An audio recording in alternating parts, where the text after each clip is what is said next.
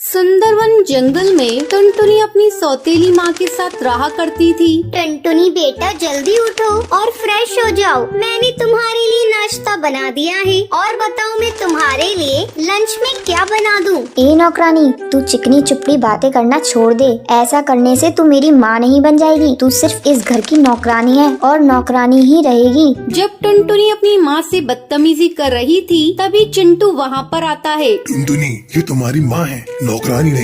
इनसे ढंग से बात करो और खबरदार, तुमने इन्हें नौकरानी कहा तो चलो जल्दी अपनी माँ से माफी मांगो। पापा, मैंने कोई गलती नहीं की है। मैं इनसे माफी नहीं मांगूंगी। आप इन्हें समझा दीजिए, ये मेरी माँ नहीं है। मेरे ऊपर हुक्म ना चलाया करें। टुनटुनी गुस्से में मुंह फुलाकर वहाँ से चली जाती है। तब चिंटू टूनी से टुनटुनी के किए हुए की माफी मांगता है। टुनटुनी की गलतियों को भूल समझकर माफ कर देना। वो अभी बच्ची है, धीरे धीरे वो तुम्हारे प्यार को समझ जाएगी। आप माफी क्यों मांगते हैं? टुनटुनी मेरी ही बेटी है, मुझे कोई दुख नहीं है। धीरे धीरे समय तेजी से गुजरने लगता है। एक दिन टुनटुनी के स्कूल में फैशन कंपटीशन का आयोजन होता है। तब टुनटुनी घर आकर अपने पिता चिंटू से कहती है, पापा, मेरे स्कूल में फैशन कंपटीशन है। आप एक अच्छे से जूते ला दीजिए। ठीक है, मैं ला दूंगा। अगले दिन चिंटू सुंदर से जूते लाकर टुनटुनी को देता है। पापा, ये शूज तो बहुत ही सुंदर हैं। इस बार तो कंपटीशन मैं ही जीतूंगी। हाँ हाँ बेटा, तुम ही जीतोगी। टुनटुनी बेटा लाओ, ये जूते मैं अच्छे से रख देती हूँ। कंपटीशन वाले दिन जब तुम इसे पहनोगी मैं तुम्हें तैयार करूँगी। नहीं, मुझे तुम पर विश्वास नहीं। अगर मैंने तुम्हें ये जूता दे दिया तो तुम इसे बर्बाद कर दोगी। नहीं बेटा, ऐसी कोई बात नहीं है। मैं तो तुम्हारा हमेशा भला चाहती हूँ। मैं जानती हूँ तुम मेरा कितना भला चाहती हो। अब जाओ, जाकर अपना काम करो। मेरे काम में अड़ंगा मत डालो। पापा, आप मेरे स्कूल आएंगे ना? मुझे बहुत खुशी होगी आपको वहाँ देखकर। लेकिन इस औरत को लेकर मत आइएगा। इतना कहकर टुनटुनी वहाँ से चली जाती है। कंपटीशन वाले दिन जब टुनटुनी तैयार हो रही होती है तभी उसके शूज फट जाते हैं।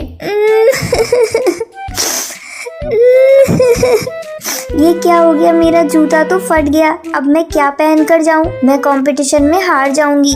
टुनटुनी का रोना सुनकर टूनी वहाँ आती है। क्या हुआ टुनटुनी, मुझे बताओ, शायद मैं तुम्हारी मदद कर सकूं। तुम क्या मेरी मदद करोगी? ये देखो, मेरा जूता फट गया। तुम्हारी ही नजर इस जूते को लग गई। अब मैं क्या पहनकर स्कूल जाऊँ? टुनटुनी बेटा, अब तुम मत घबराओ। मैंने तुम्हारे लिए बहुत अच्छे जूते सिले हैं, तुम वही पहन कर जाओ। मजबूरी में टुनटुनी टूनी के सिले हुए जूते पहनकर कंपटीशन में भाग लेती है। उसे फर्स्ट प्राइज मिलता है। घर आकर वो अपनी सौतेली माँ से माफी मांगती है। माँ, मुझे माफ कर दो। मैंने तुम्हें अपनी माँ कभी नहीं समझा। टुनटुनी बेटा, लेकिन मैंने तो हमेशा तुम्हें अपनी बेटी समझा है। फिर दोनों माँ बेटी गले मिल जाती हैं। तो ये थी आज की कहानी। सुंदरवन जंगल में कालू कौआ मुन्ना बाज के यहाँ काम करता था। तभी एक दिन उसे फोन आता है। हेलो, क्या मेरी बात कालू कौए से हो रही है? जी, आप कौन? कालू कौए, मैं भरोसेमंद कंपनी से बोल रही हूँ। आपने हमारी कंपनी में जॉब के लिए इंटरव्यू दिया था। आप सिलेक्ट हो गए हैं, लेकिन आपको सुंदरवन जंगल शिफ्ट होना पड़ेगा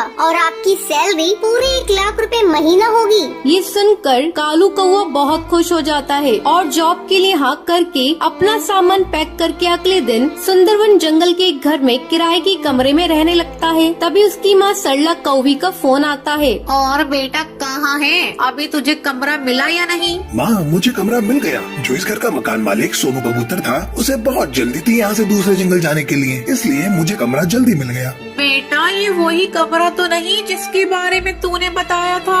हाँ माँ, क्या हुआ? तुम इतनी परेशान क्यों हो गई? बेटा, तू वहाँ से चला जा। उस घर में भूत प्रेत रहते हैं। मेरी पड़ोसन की बेटी सुंदरी वहीं पर रहती है, उसने बताया है मुझे। माँ, तुम जानती हो मुझे इन भूत प्रेतों पर विश्वास नहीं है। चलो, मुझे बहुत काम है, मैं रखता हूँ। ऐसे ही काफी दिन गुजर जाते हैं। अब रोजाना कालू कौए के साथ अजीब अजीब हादसे होते थे। एक दिन उसे किसी चिड़िया की रोने की आवाज सुनाई देती है। अच्छा। मुझे कोई बचाओ। कालू कौवा उस आवाज को नजरअंदाज कर देता है। अगले दिन वो अपने पड़ोसी चीकू चिड़ा के पास जाता है। चीकू चिड़ा दरवाजा खोलता है। वो दिखने में बहुत ही अजीब सा था। चीकू चिड़ा, मुझे एक नौकरानी की जरूरत थी जो तुम्हारे यहाँ काम करने आती है। टूनी चिड़िया, तुम उसे मेरे घर में काम करने भेज दोगे? ये सुनकर वो उसके मुंह पर दरवाजा बंद कर देता है। अगले दिन कालू कौवे के घर टूनी चिड़िया आती है। जी, आप कौन? मैं टूनी चिड़िया हूँ। चीकू चिड़ा ने आपके यहाँ काम पर भेजा है। मैं बहुत ही अच्छे से काम करती हूँ साहब, आपको शिकायत का मौका नहीं दूंगी। अब टूनी चिड़िया कालू कौवे के यहाँ काम करती थी। एक दिन काम करते वक्त टूनी चिड़िया की गर्दन जोर जोर से हिलने लगती है। ये क्या कर रही हो टूनी? कुछ नहीं साहब, आप बताइए, आपको कुछ काम था? कालू कौवा इन सब हादसों से डर जाता है और वो घर में पूजा करने की सोचता है। अगले दिन वो पूजा की थाल लेकर पूजा कर रहा होता है। तभी टूनी चिड़िया अपने असली रूप में आ जाती है। कालू कौवा, तू क्या कर रहा है? मैं कहती हूँ रुक जा, तुझे नजर नहीं आ रहा? मुझे तकलीफ हो रही है, मेरा पूरा बदन जल रहा है। मैं कहती हूँ रुक जा, वरना इसका अंजाम बहुत बुरा होगा। ये देखकर कालू कौवा डर के मारे घर से बाहर भागता है और अपने पड़ोसी चीकू चिड़ा के घर जाता है। चीकू चिड़ा, जल्दी बाहर आओ। तुम्हें पता है टूनी चिड़िया नौकरानी नहीं, वो एक चिड़िया की आत्मा है। मैं जानता हूँ, क्योंकि वो मेरी ही बीवी टूनी चिड़िया है। मैंने उसे तुझे मारने के लिए भेजा था। टूनी चिड़िया उड़ते हुए वहाँ पर आती है। उस घर में हमें मारा गया था। उस घर में जो आएगा वो बचेगा नहीं, हम उसे मार देंगे। अब तेरी बारी है कालू कौवा, तुझे कौन बचाएगा? कालू कौवा ये सब देखकर बहुत डर जाता है और जल्दी से उड़ता हुआ अपने घर से गुलाब जल उनके ऊपर डालता है। ये क्या कर दिया? हमारा शरीर जल रहा है, हम तुम्हारे करीब नहीं आ सकते। चीकू चिड़ा, बचाओ मुझे। ये कहकर वो दोनों वहाँ से गायब हो जाते हैं। कालू कौवा उस घर में जादूगरनी को बुलवाकर उस घर से सारी आत्माओं को बाहर करवा देता है और खुशी खुशी इस घर में रहने लगता है। तो ये थी आज की कहानी। क्या आपको पता है कालू कौवे को नौकरी करने के लिए कौन सी कंपनी से कॉल आता है? अगर आपको पता है तो आप हमें कमेंट करके जरूर बताएं। अगर आपको ये वीडियो पसंद आई हो तो इसे लाइक और ऐसी कहानियाँ देखने के लिए मेरे चैनल को सब्सक्राइब करना ना भूलें।